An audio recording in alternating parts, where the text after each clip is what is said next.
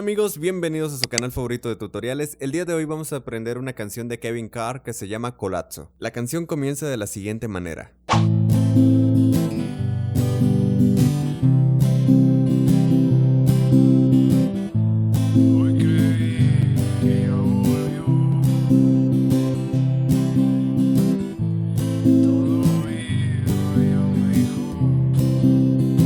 Solamente vamos a utilizar tres acordes, los cuales están sencillísimos. El primero es un La menor. De ahí vamos a pasar a un Sol mayor. Y terminamos en un Do mayor.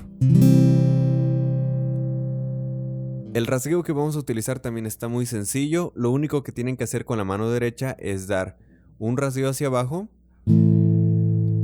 Pero tienen que tener en cuenta que el primer rasgueo van a tocar solamente lo que es la quinta y la cuarta cuerda. Suena así. De ahí van a dar otro hacia abajo, ya normal, y posteriormente van a dar dos hacia arriba. De ahí uno hacia abajo y terminamos con uno hacia arriba. Lento suena así. Cambiamos. Cambiamos.